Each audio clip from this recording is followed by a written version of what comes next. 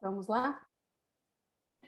Bom, pessoal, boa tarde, todo mundo que está aqui com a gente hoje. Para quem ainda não me conhece, eu sou a Raquel, fundadora da Global Mindset Academy. A Global Mindset Academy é uma plataforma digital para a criação de Global Mindset. Então, o nosso objetivo aqui é trazer conteúdos e oportunidades para vocês de imersão nacional e internacional, para que vocês possam navegar, né, o mundo internacional com mais naturalidade. Essa é a nossa missão. E aqui nesse Meetup Internacional a gente está com convidados fenomenais, a gente vai tratar de vendas internacionais. Esse é um assunto que a gente escuta muito da nossa comunidade, então esse semestre a gente vai trazer vários conteúdos relacionados a esse tema, para que vocês possam explorar todas as dimensões. Então hoje a gente está fazendo esse Meetup, trazendo mercados mais tradicionais, e depois no meio de setembro, no dia 20, a gente vai ter um segundo Meetup sobre como vender para mercados não tradicionais, para vender para a China, para o Oriente Médio. Então, vai ser um conteúdo também bem rico. E na sequência, em outubro, a gente também vai fazer uma trilha de imersão em vendas internacionais, para você que quer adquirir técnica e prática na hora de fazer um desenvolvimento internacional de mercado nessa área de vendas, tá bom? Então, sem mais delongas, bem-vindos a todos. Eu vou passar a bola aqui para Jamile Gomes, minha querida, competente gerente de vendas da Externa, boutique de internacionalização, para fazer as honras da casa e começar o nosso meetup aqui. Lembrando que a dinâmica é a mais tranquila possível, vai ser um bate-papo entre nossos convidados. E se você tiver alguma dúvida, por favor, escreva no chat, que ela vai monitorando aqui e vai tratando de responder, tá bom? Obrigada pela presença de todas e vamos lá, Jamile, the floor is yours. Olá, pessoal, eu sou Jamile, como a Raquel comentou, falo aqui de Toronto, do Canadá, sou gerente comercial da Externa. Nesse mundo globalizado, a Externa fica em São Paulo e a gerente comercial fica no Canadá e as coisas têm funcionado muito bem, obrigada, né? E cada um está num canto do Brasil e talvez até do mundo. É uma honra conversar com vocês aqui, estou muito feliz que os meus colegas são da área de tecnologia também, então a gente vai falar a mesma língua, estou bem confortável. E como boa vendedora, tenho aí 15, 16 anos de vendas nas costas no Brasil e agora aqui também no Canadá, eu vou seguir exatamente o ciclo da venda, tá? A gente vai falar de geração de lead, a gente vai falar do desenvolvimento de negócio, pré-venda, negociação e fechamento. As características de cada etapa do ciclo da venda para que vocês consigam endereçar exatamente a jornada da venda do negócio de vocês, do que seria a jornada da venda do negócio de vocês em outros países, beleza? Mas eu vou pedir para a gente começar, Marcelo, Delber e Alexandre, sejam muito bem-vindos, e eu queria que vocês rapidamente fizessem uma apresentação para o pessoal da empresa de vocês, o que vocês fazem, muito rapidamente o negócio de vocês, elevator pitch mesmo, e a posição de vocês, que chapéu vocês colocam aí na cabeça para executar o trabalho de vocês em cada país que vocês estão. Então, Marcelo, você é o que está no meu ladinho aqui na minha vista, você consegue começar? Claro que sim, gente. Boa tarde para todo mundo, obrigado novamente aí pela oportunidade, é sempre bom compartilhar ideias e experiências. Eu estou baseado em Miami, nos Estados Unidos, tenho 2 chapéus comerciais aqui, na área de head de vendas. Eu cuido de uma operação do Brasil, que é a Vortigo Digital, que é um time que tem uma expertise super sênior aí em projetos digitais, de aplicativos, plataformas, soluções, cash, toda a parte de home banking que tem crescido. E eu estou trazendo esse desafio de crescê-los com eles aqui nos Estados Unidos, com alguns projetos que nós já conquistamos. E tem um segundo chapéu aí também, já de longos anos de experiência, já ter trabalhado por muitos anos no Brasil com a TOTUS. Então, eu cuido aí da área comercial do time da TOTUS aqui na Flórida e começando a expandir também para outros pedaços aqui nos Estados Unidos. O Marcelo pegou o filé mignon da América do Norte, né, Marcelo? Eu estou aqui em Toronto, meu inverno, eu tenho inveja do teu inverno, Marcelo. Eu não vou reclamar, porque eu Não curto. vai Eu tenho que reclamar. gostar de calor, mas eu também sou homem de praia e calor. Exato. Delber, querido, o microfone é com você agora. Está com você. Prazer, pessoal. Muito obrigado pelo convite. Fico feliz demais aí de trocar ideia com uma galera tão bacana. E muito obrigado também pela participação de todos aqui que estão interessados nessa conversa no Meetup, né? Eu sou o CEO da Salary Fits. A gente é uma plataforma de tecnologia, cujo objetivo é criar um processo mais eficiente do ponto de vista da oferta de produtos financeiros para colaboradores de empresas, né? O grande diferencial da plataforma é a gestão das consignações em folha como meio de pagamento, né? E a gente tem no Brasil uma base muito bem consolidada já de transações de crédito consignado que passa pela plataforma, mas também de outros produtos, como previdência privada, consórcio, seguros e uma série de outros produtos, com sempre aí um track record mostrando que a gente consegue entregar produtos mais baratos para os colaboradores, um portal de benefício financeiro, né, para os empregadores e, obviamente, mais eficiência para as instituições financeiras. Daqui nós partimos para o México, depois Reino Unido, Itália, Portugal e Índia, e aí tivemos algum sucesso com um monte de tombo, que eu vou contar um pouquinho para vocês como é que foi. Show de bola. Alexandre, com você agora. Ótimo, obrigado, Jamile, obrigado pelo convite. Boa tarde a todos aí. Meu nome é Alexandre Gomes, eu sou diretor de negócios e operações da Sensidia para a América Latina. A Sensidia é uma empresa que tem como principal produto uma plataforma de APIs, onde são desenvolvidas as APIs das empresas aí. Hoje temos mais ou menos uns 140 clientes, 500 empregados. Atualmente recebemos recentemente um investimento da Riverwood e estamos numa completa, total crescimento, o plano de crescimento internacional, né? Eu tive, desde o início dessa primeira operação da Sensidia Internacional, então eu tenho aí bastante história boa para contar e para vocês aí como esse processo pode acontecer. Bacana. Eu vou começar fazendo essa primeira pergunta para o Delber, que eu acho que a resposta vai ser... Quando a gente fala de Flórida e fala de América do Norte, a gente já entende um pouco o porquê. Falar de América Latina, pela aproximação com o Brasil, a gente já entende um pouco por que expandir para a América Latina. Agora, Delber, dentro do teu negócio, o que levou a Salary Fit ir para UK? Você está em UK hoje, né? Tua posição fica em UK. O que levou vocês levarem o negócio para UK? Acho que só complementando antes de entrar na resposta, né, minha posição fica em UK, mas eu estou no Brasil. Eu vim de férias em dezembro com a família para passar 3 semanas e estou 8 meses por aqui. Ok. Mas pandemia à parte, a posição é lá. Fiquei lá nos últimos 5 anos e vamos ver quando é que dá para voltar, né?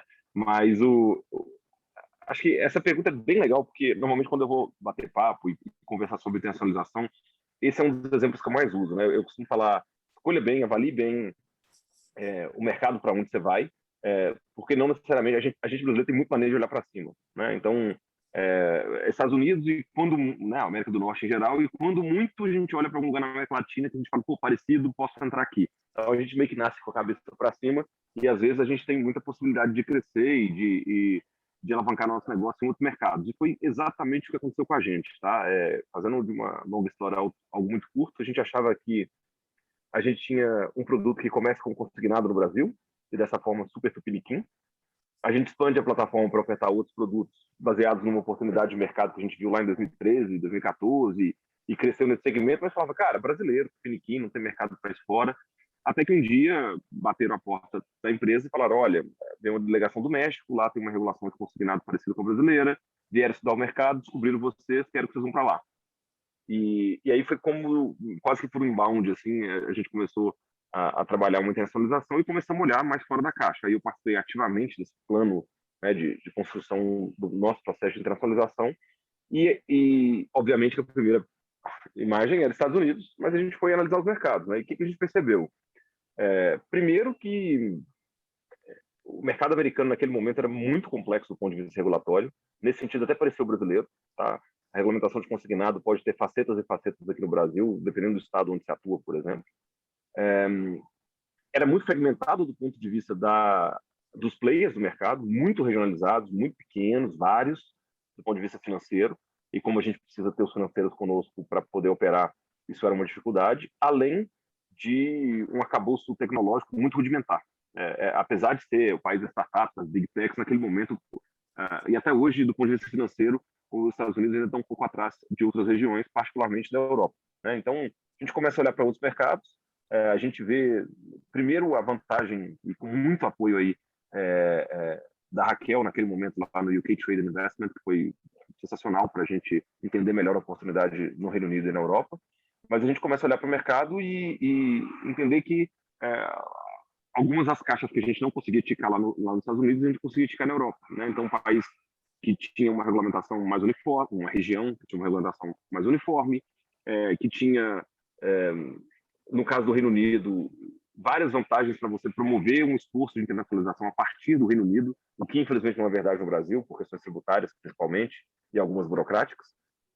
E lá, enfim, o volume de players no mercado era menor, era um espaço muito aberto para infraestrutura de tecnologia, né, para infraestrutura de tecnologia no setor financeiro, então várias das grandes fintechs lá em 2015, 2016 estavam na Europa, mais do que nos Estados Unidos.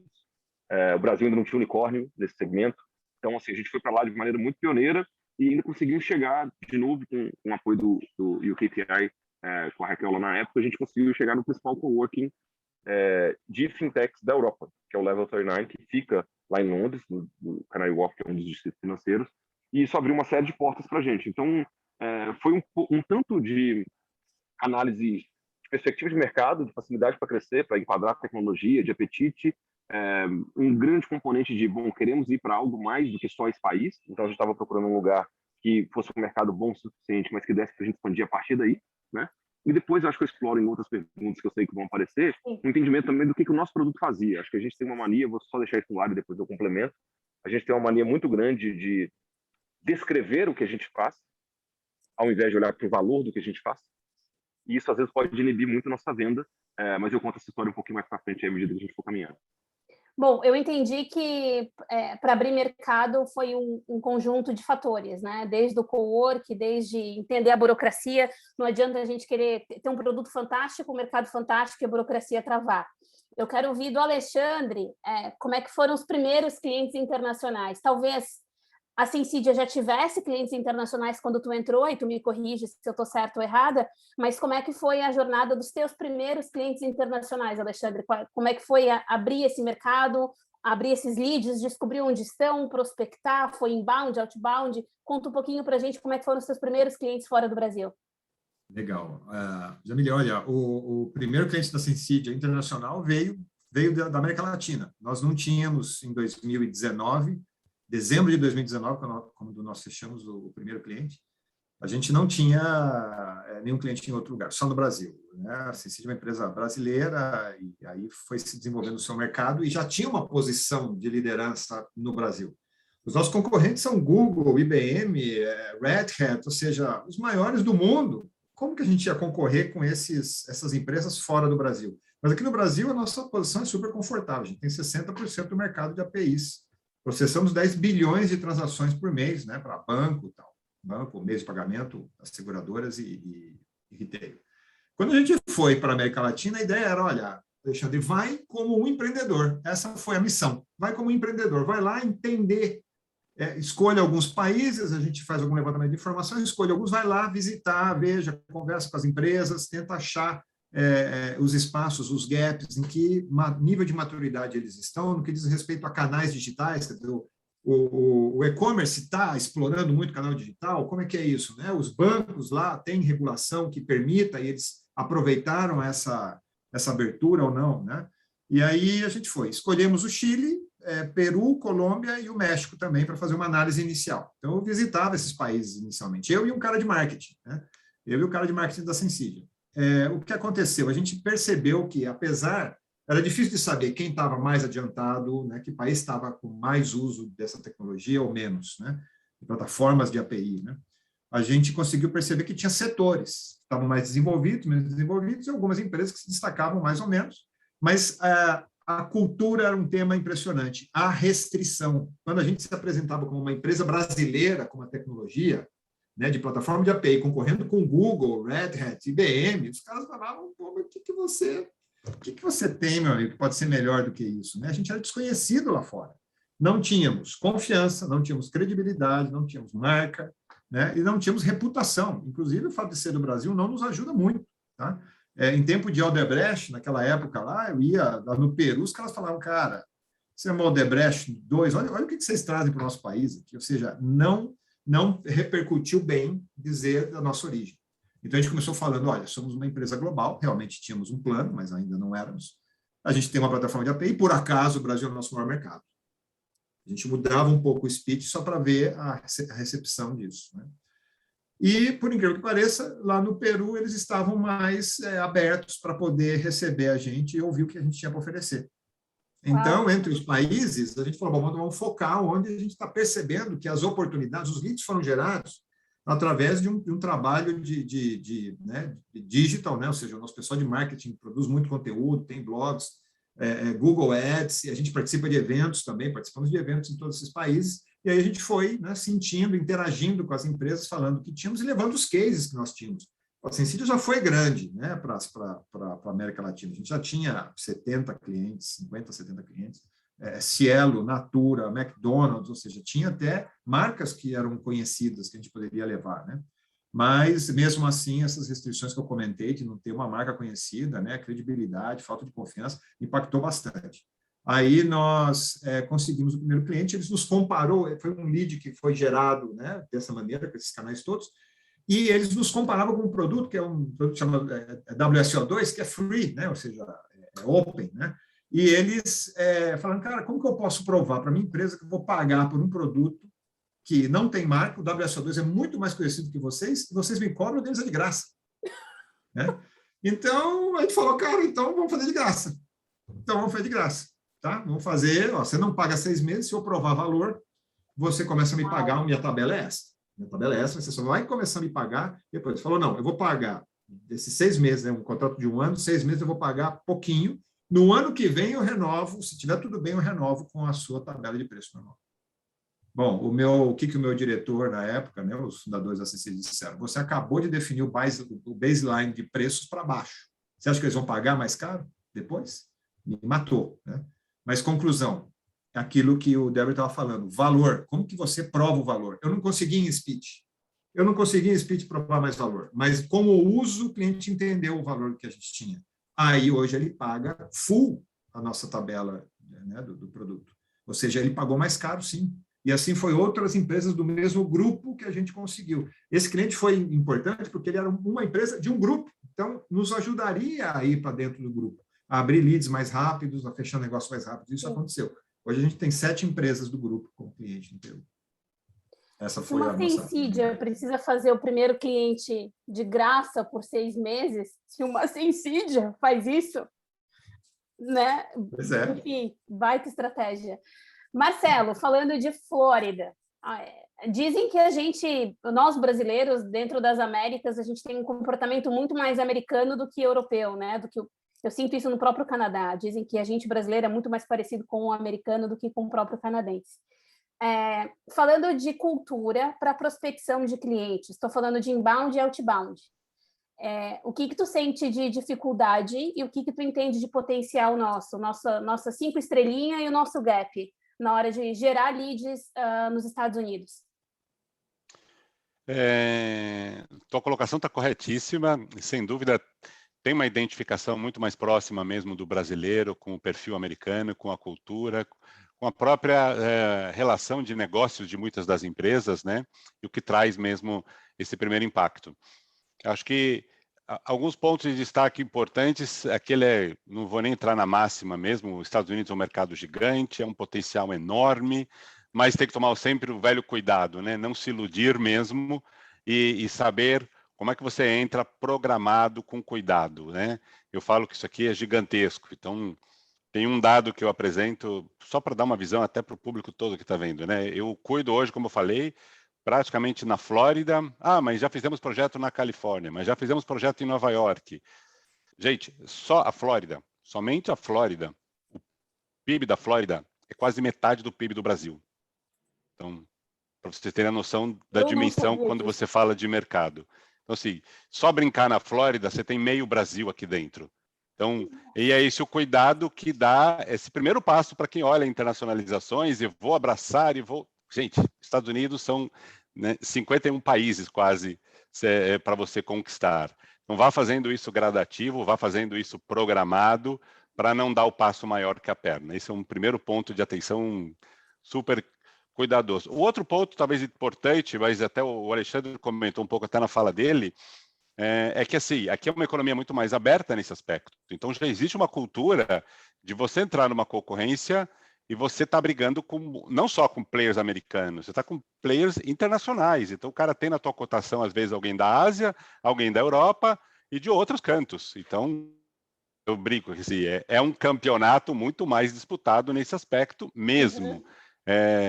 Um dos paralelos que eu sempre falo, de novo, é exatamente isso. É você olhar o Campeonato Brasileiro, para quem gosta de fazer o paralelo de comparação, e uma Champions League. Você está numa Champions League, né? Você está olhando de todos. Então, teu exercício, teu cuidado, tua estratégia, tua fala, tudo tem que ser preparado de forma diferente. Não tem a menor dúvida disso. Você comentou um pouquinho de cuidado, de dificuldade, né? Existe a barreira ainda, de certa forma, cultural, com empresas brasileiras tentando trazer? Sim. Duplica a responsabilidade de você ter cases, de você ter um histórico, de você ter uma apresentação, de você vencer o lado cultural nesse aspecto mesmo. Esse é um ponto. Eu ia mencionar ali na frente outro, mas a gente fala também numa próxima pergunta, que é cada vez mais o perfil focado que o americano tem em ofertas. Então, você vai disputar com gente que tem uma solução específica para a área financeira, de crédito, de pessoas do lado leste que são assim, de tal idade. Você tem concorrência para todos os nichos. Então, aquela discussão, às vezes, mais genérica, de vamos a soluções genéricas, tem que tomar um certo cuidado, porque você sai fora, às vezes, uma concorrência de largada. Esse discurso genérico, às vezes, se descarta. Não, eu preciso de alguém com esse foco. Pronto. Perdeu o teu espaço. Então, alguns dos pontos de atenção. Bacana. Quando a gente vê a abordagem de uma Oracle, de uma SAP, dessas gigantes em cada país, você vai por indústria, dá a impressão que a SAP ela cria gado para a agropecuária, né? Que ela tem petroleira para a área de petróleo. O discurso é tão específico, tão vendendo que eu sei exatamente o que você faz, que parece que a SAP tem fazenda de gado, quando ela faz o approach dela para a agropecuária, né? Esse é um pouco do desafio, assim, só para fazer o mesmo paralelo. Se eu olho para o mercado brasileiro, é esse o ponto, né? A TOTS no mercado brasileiro tem mais de 50% do mercado. Então, lá você tem cases, fala um segmento, tem um case para apresentar. Fala um tamanho de empresa, tem. Como é que eu trago essa realidade para cá? É esse o cuidado e o desafio. Bacana. Eu queria trazer a fala do Delber agora. Ele comentou de vários países aí que a Salary Fits tem operação hoje. Eu já trabalhei em empresas de pequeno, médio e grande porte, de tecnologia. E quando a gente fala de levar o negócio para fora do Brasil, às vezes o caminho mais barato, mais prático para ser feito, Delber, é abrir canal de vendas.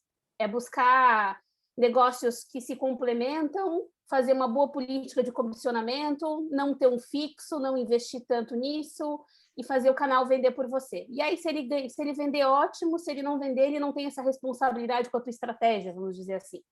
Na tua opinião, Delber, falando do teu negócio, se tu quiser trazer a tua fala para uma forma mais genérica, pensando em internacionalizar, os primeiros passos da internacionalização, vantagens e desvantagens de você investir num time de vendas próprio, direto, tendo esse investimento de fixo, variável, expatriação, talvez, né? Enfim, ou então começar com canais de vendas.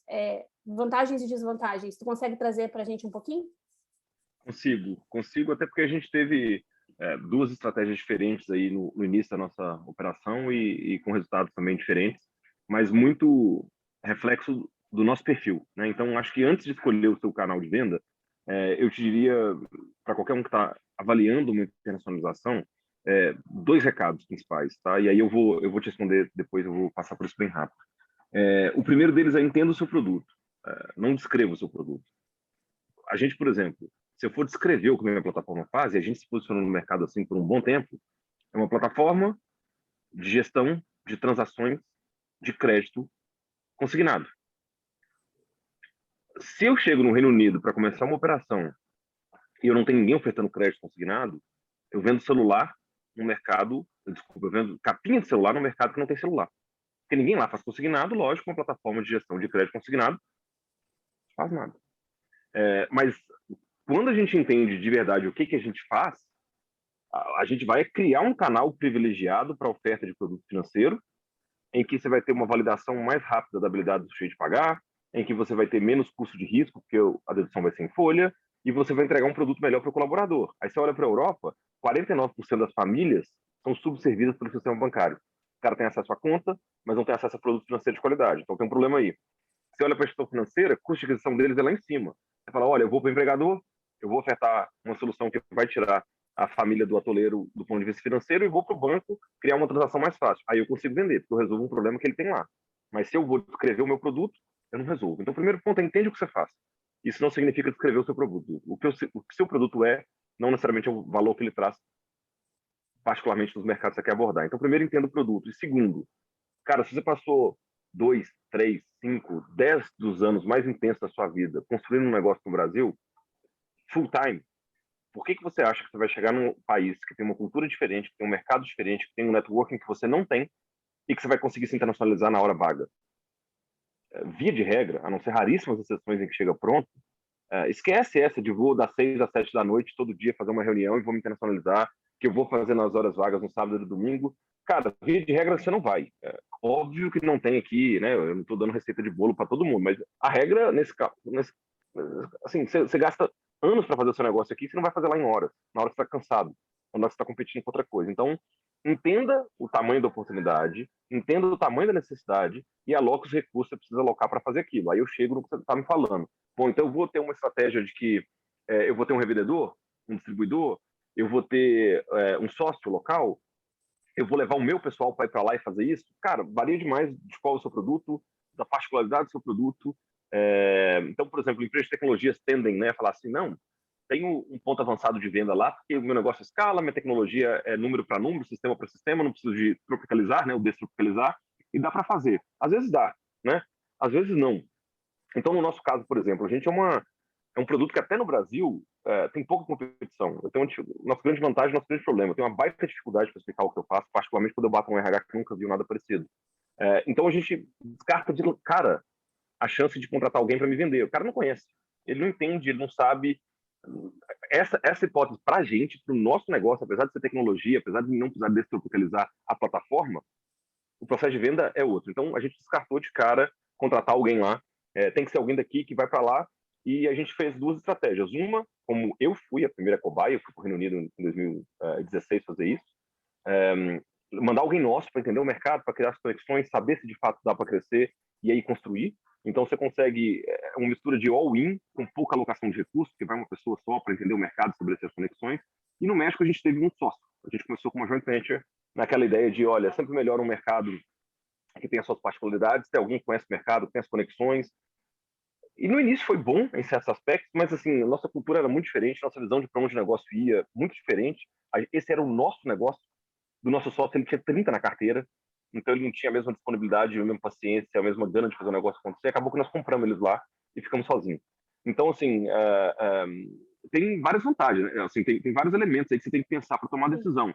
Vai contratar um time distribuidor lá, o cara já vende, já fala com o interlocutor que você quer falar, já está ali com o portfólio, o seu agrega dentro do portfólio que ele tem pouca barreira de venda, você está pronto para entregar? Cara, às vezes é o caminho, né? Ou bater na sua porta, bicho, eu vi essa solução aqui, estou com o cliente aqui pronto, por que não tentar, né? Mas, normalmente, as coisas são mais capciosas do que isso, e aí vale a pena você analisar também opções de fazer crescimento com recurso próprio.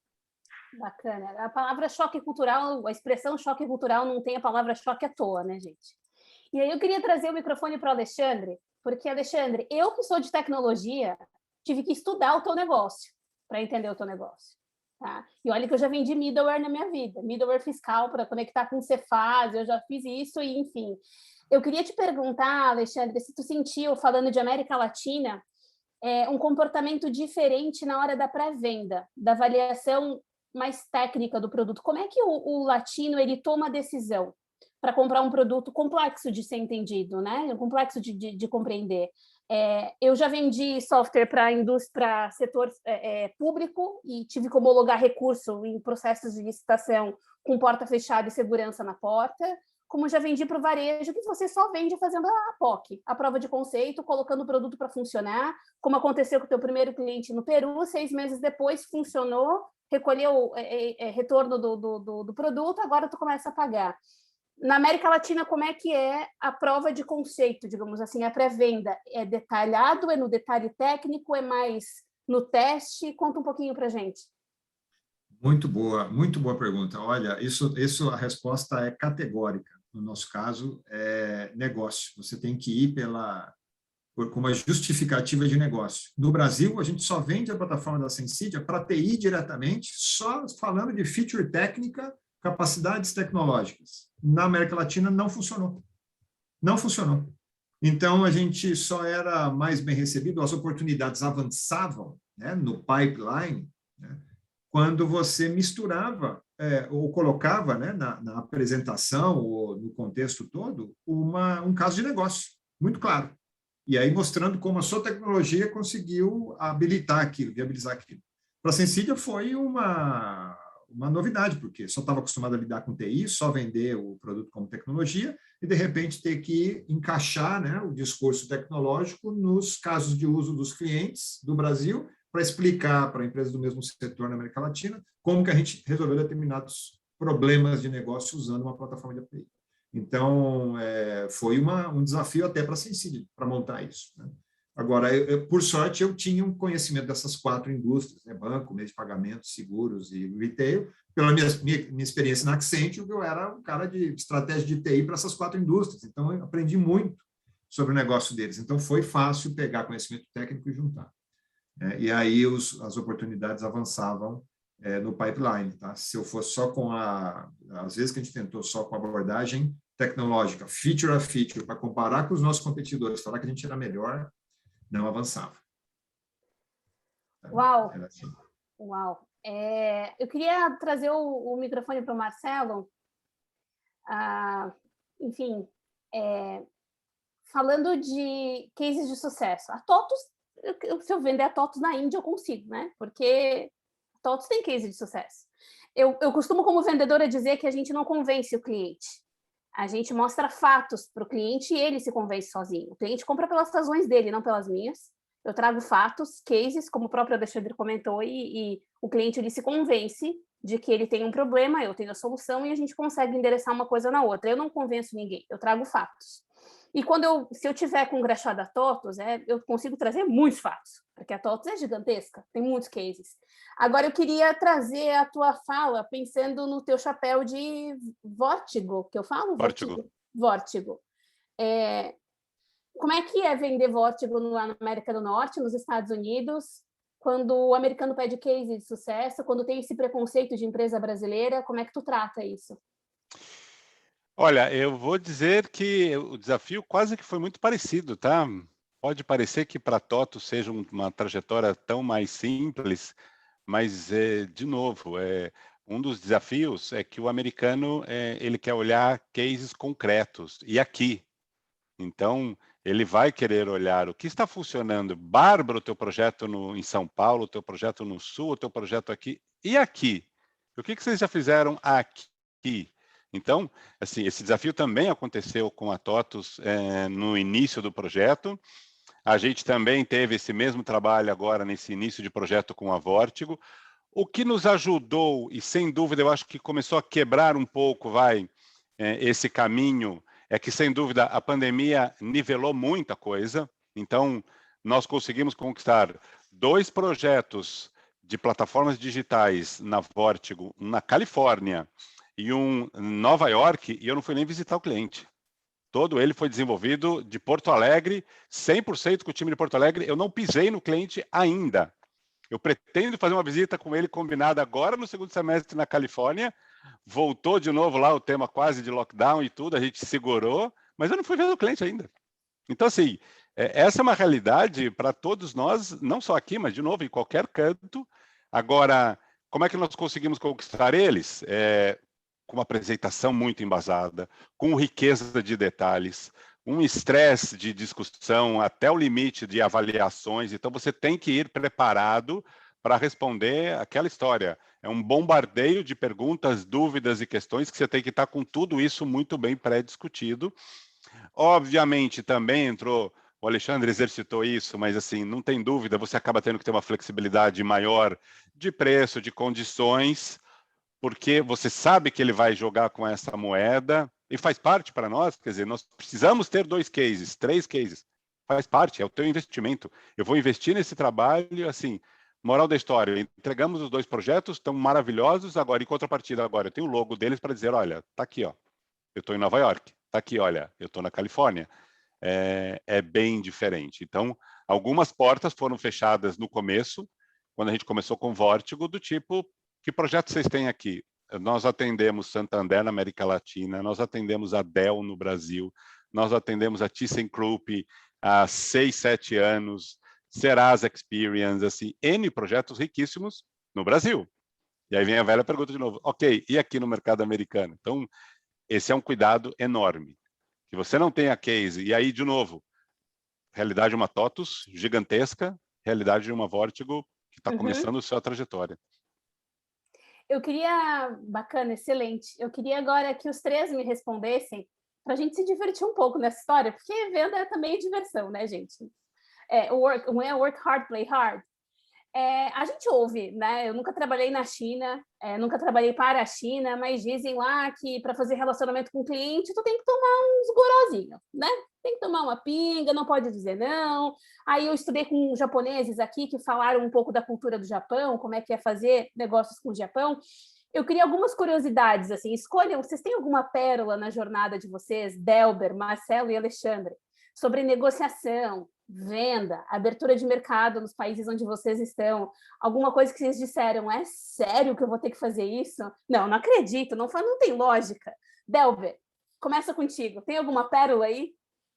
Tem uma pérola do que a gente não teve que fazer e que mostra o tanto que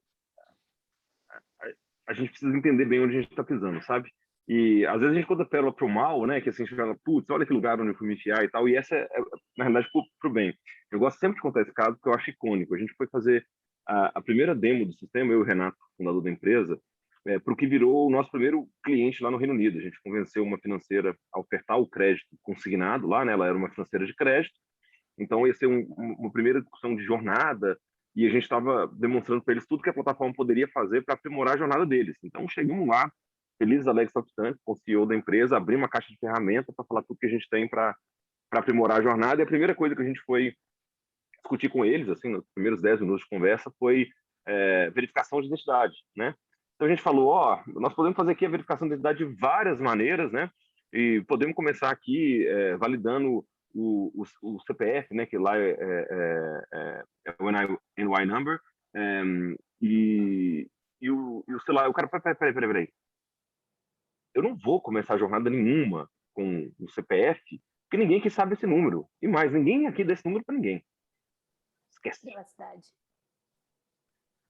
Então tá bom, então vamos com o celular. Mas espera aí, aqui a gente não dá o celular para o nosso empregador. Algumas pessoas têm celular corporativo, mas as outras não. A gente, então vamos fazer uma chave com e-mail e o número de matrícula, que é o número da pessoa na folha. Espera aí, número de quê? Você tá doido que eu vou saber meu número na folha da empresa? Não! E e-mail, eu também não dou e-mail pessoal para o meu empregador, nem todo funcionário sabe como é que entra no e-mail da empresa. Nós lidamos aqui, nós vamos lidar com o empregador que tem 30 mil funcionários. Esses caras não vão ter e-mail corporativo, esquece. Eu falei, tá bom, Martin, e como é que você vai fazer a validação de identidade então? Ele, primeiro nome, último nome e data de nascimento.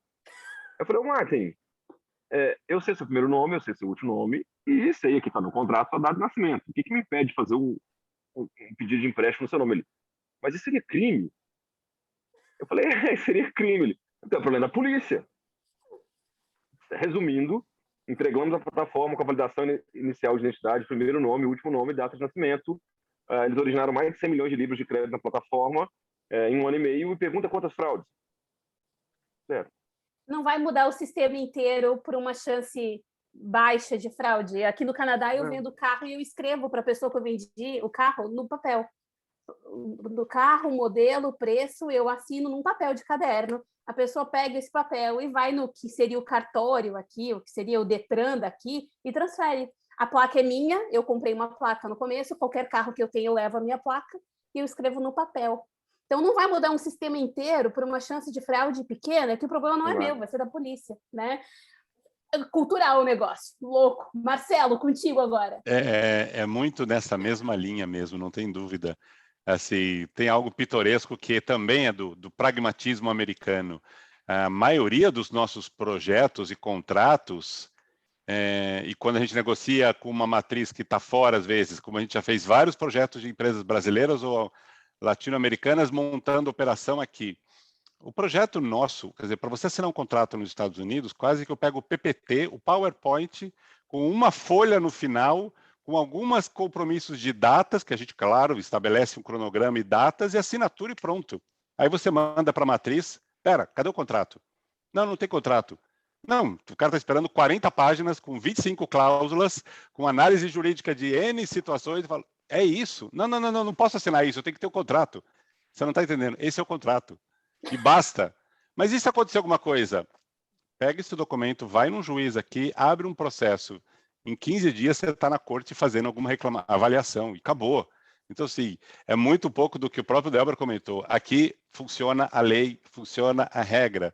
Você não precisa ficar criando 45 cláusulas de contrato para se proteger, para se resguardar. Então, siga, assim, arrisca o que está colocado ali, porque é isso que você vai ser cobrado depois. Ponto. Se furar, vai ter um juiz esperando ali daqui a 15 minutos. E não vai ter aquela de apelação, segunda, terceira, quarta, quinta instância, não. Multa, cobrança, e se não pagar, também, de novo, não tem choro. Não tem choro. Uau! Alexandre, contigo, falando dos nossos irmãos. Nossa, bom, você falou de histórias, né? Eu gosto de comer bem e beber bem, né? Então, imagina, fui para a Colômbia, eles têm lá um prato chamado bandeja paisa, que é carne de porco, carne de vaca, carne de frango, com uma mistura assim com arroz, um feijão delicioso, um prato maravilhoso. Me deliciei lá, fui para o Peru, daí eu fazia vários países, né? Saía de lá, ia para o Peru e eu contava, né? Pô, passei lá na Colômbia, experimentei a bandeja paisa, não sei o quê. Eles, pô, legal, mas você experimentou aqui o nosso ceviche? Eu não falei, não, vamos comer, vamos experimentar isso daí. Eles me levavam no restaurante, eu pagava tudo, né? E aí experimentei o ceviche, delicioso, não tem nada. Olha, culinária peruana, um espetáculo, um espetáculo. Experimentei o pisco sour, né? Fiquei lá uma semana me deliciando com isso. Fui para o Chile e falei, olha, pô, eu estava no Peru, experimentei, o pisco deles é demais. Aí o chileno falou, cara, o pisco é chileno. Eu falei, o quê? Peru? Não, é do Chile o pisco. O pisco é chileno, não é peruano. Eles brigam por quem que é o dono da bebida, né? E aí eu já mudei, né? Eu vou para o Chile, eu falo que o pisco é do Chile. Eu vou para o Peru, eu falo que o pisco é do Peru e tudo bem, né? E outras coisas engraçadas com a barba. É incrível. Eles me recebem melhor se eu estou usando o cavanhaque. Você acredita nisso? É completamente diferente a recepção. Então, primeiro semestre eu tiro, porque eu não gosto muito, dá trabalho e tal. Segundo semestre que eu preciso vender mais, eu ponho o cavanhaque para poder vender mais. Todo vendedor sabe que o segundo semestre legal é mais pesado. Tem que fazer isso, não tem jeito, impressionante. Fantástico. Então, segundo semestre, cavanha. Fantástico. Eu vou precisar arrumar outra coisa, que aqui não vai rolar, não. Pois é, cara, você tem que ver o que é. O que é um negócio cultural, né? Eu sou uma pessoa gordinha, né? E no Brasil, a gente tem esse estereótipo da mulher gorda, desleixada, relaxada, enfim. Conversando com amigos meus do Oriente Médio, eles falaram, nossa, mas pessoas mais cheinhas, para o nosso olhar, são pessoas mais sábias. Mulheres mais gordinhas, homens mais gordinhos são pessoas mais sábias. A gente enxerga como alguém mais sábio e não como alguém desleixado. O que é a cultura, né? Como muda o olhar. A gente tem uma pergunta aqui, falaram de produtos prontos e quanto a produtos personalizados, feitos sob medida. Eu acho que o Marcelo, da Vortigo, consegue responder essa pergunta, né, Marcelo? Pensando em produtos mais one of a kind. A gente tem muito. Na verdade, a Vortigo trabalha com desenvolvimento de plataformas digitais e que praticamente cada projeto é um projeto.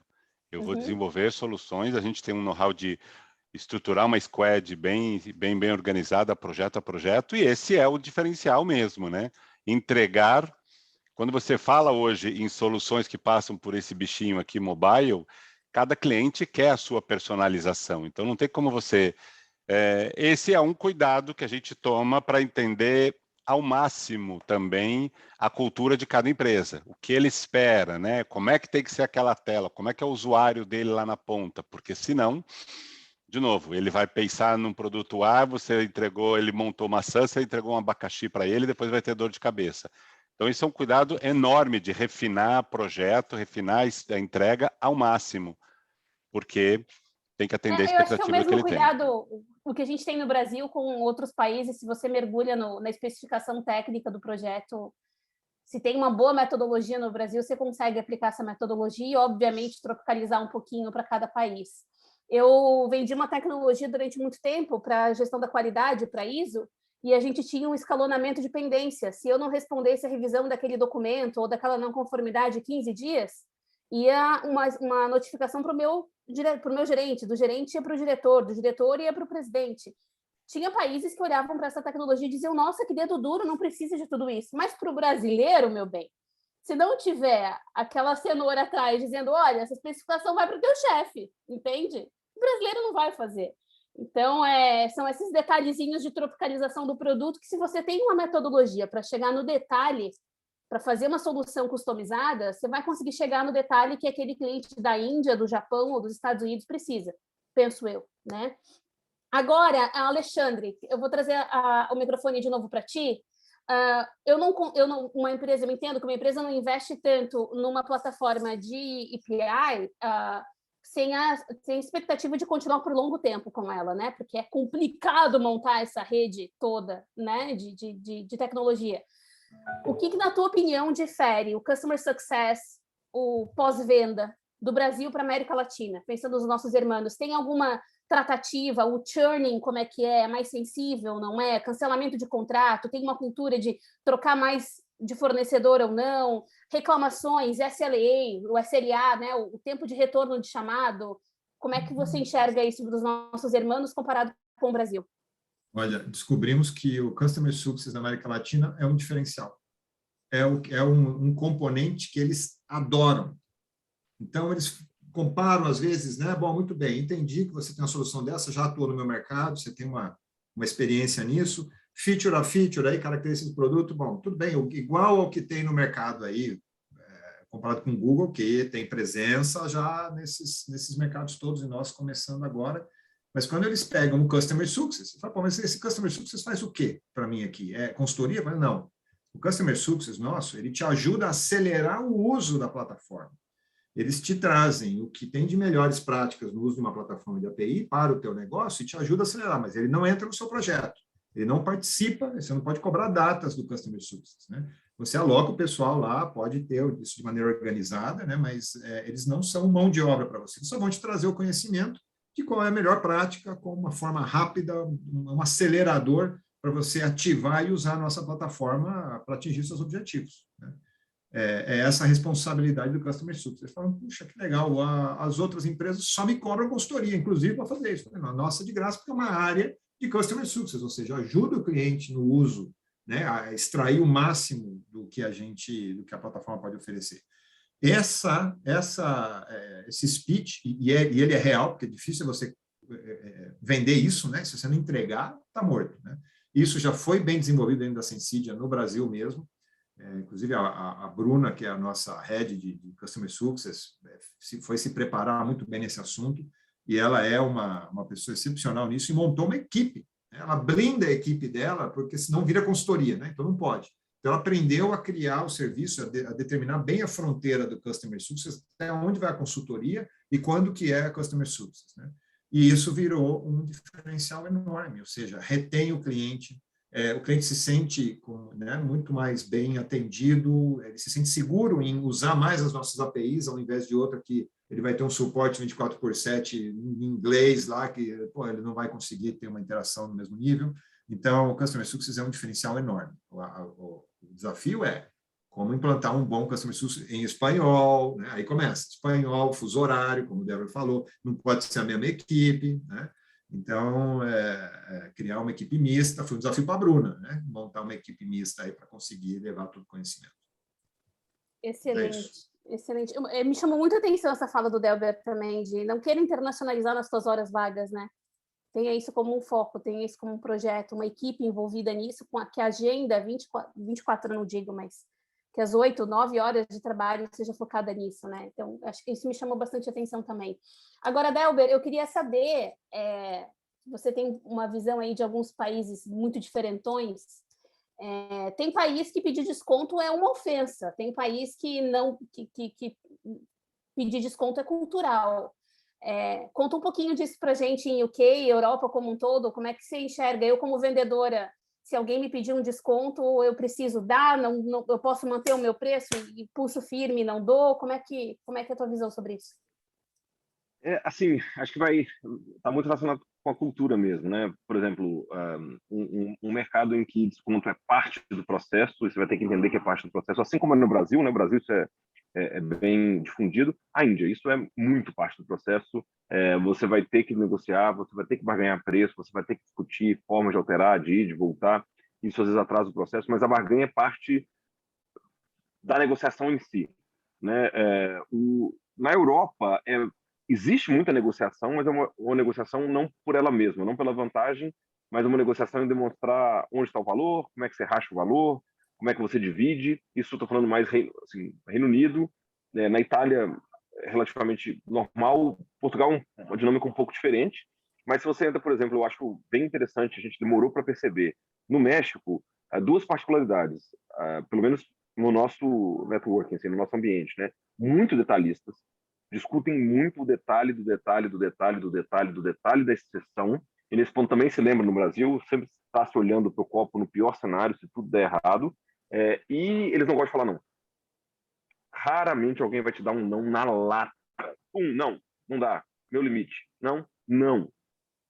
Raramente você vai ouvir um não, como você escuta nos primeiros 10 segundos de conversa no Reino Unido ou em Portugal, por exemplo. Então, você tem que entender um pouco isso para saber ler, para saber entender. Assim, sinceramente, um não na lata, daquele de cortar assim, um Horyugen nos peitos, difícil de encontrar. Então, ele vai te falando não de outro jeito, ele vai ter diversão, ele vai e volta. Então, acho que são coisas que você tem que entender, mas esse caso no México, por exemplo, me chamou muita atenção. Uau! E aí é bom e ruim, né? O cara não falar não te dá mais chance para continuar, mas o cara não falar não também faz tu gastar vela com um defunto ruim, entendeu? Desculpa a expressão. Quem é da área de vendas de mais tempo entende essas expressões mais old school, né? Não vai me dizer que não é politicamente correto e peço desculpa para quem se ofendeu.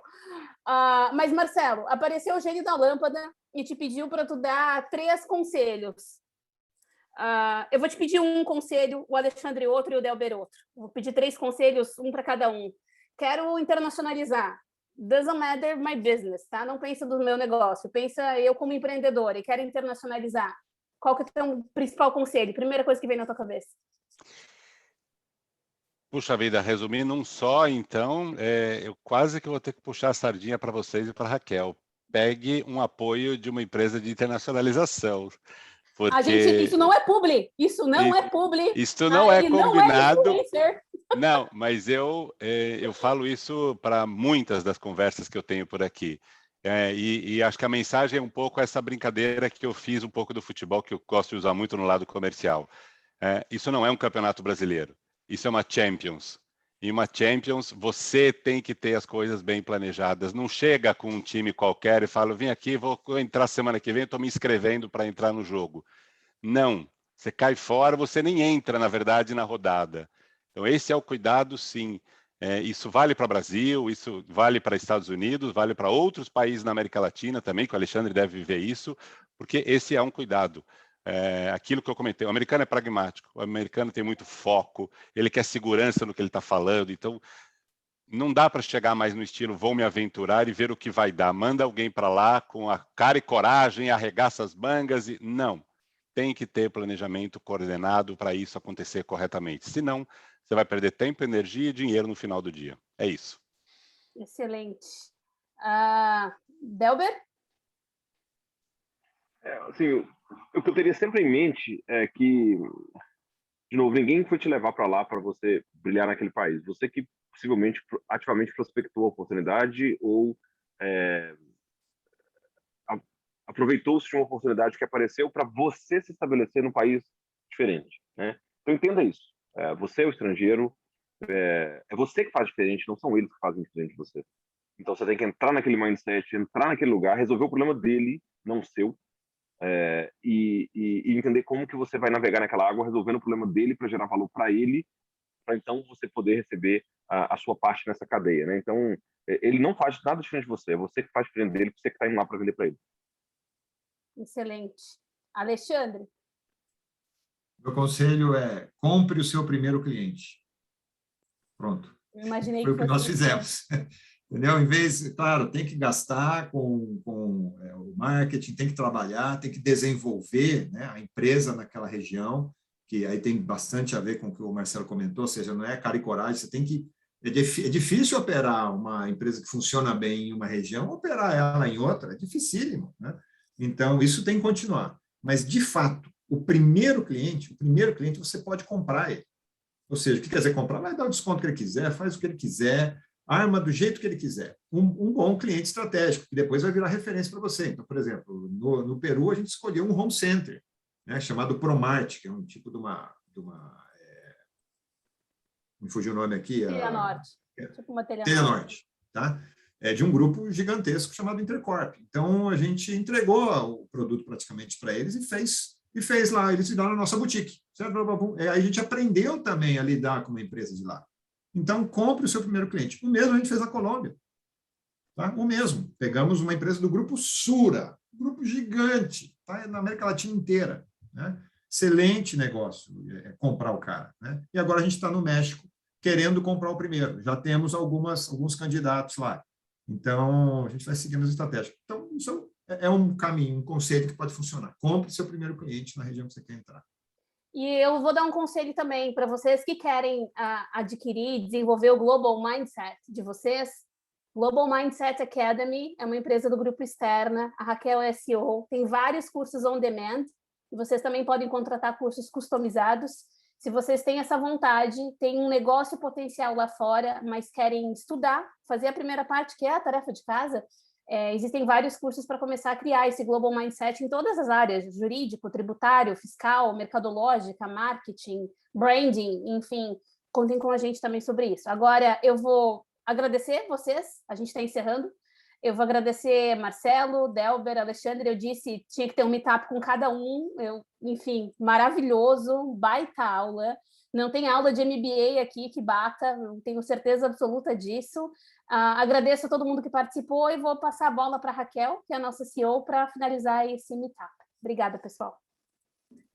Olha, eu só queria falar que foi espetacular. Eu não esperava menos de todos vocês. Fiquei super feliz com o conteúdo que vocês dividiram. Eu tenho certeza que aqui os nossos participantes também gostaram muito desse meetup. Eu acho muito legal, a gente trabalha com isso há anos e toda vez que a gente ouve mais uma história, ouve mais um insight, conhecimento construído em cima de conhecimento, tem muito conhecimento técnico, mas também tem muito conhecimento prático.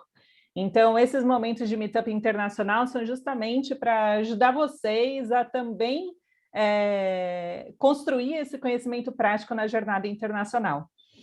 Então, queria convidar vocês também para seguir a gente nas redes sociais, no LinkedIn, no Facebook, no Instagram, onde vocês quiserem. A gente gravou esse meetup, vai estar disponível no YouTube também, vocês vão receber um e-mail na sequência, também com o link para quem quiser assistir de novo. E eu desejo muito sucesso na jornada internacional de vocês, também desejo mais sucesso ainda para o Marcelo, para o Alexandre, para o Delber, para a Jamile também, que está lá em Toronto, enfim, que vocês continuem crescendo e conquistando o mundo, porque é por mais brasileiras globais que a gente faz esse trabalho que a gente faz. Então, muito obrigada pelo tempo de vocês, muito obrigada pelo tempo de todos os participantes aqui.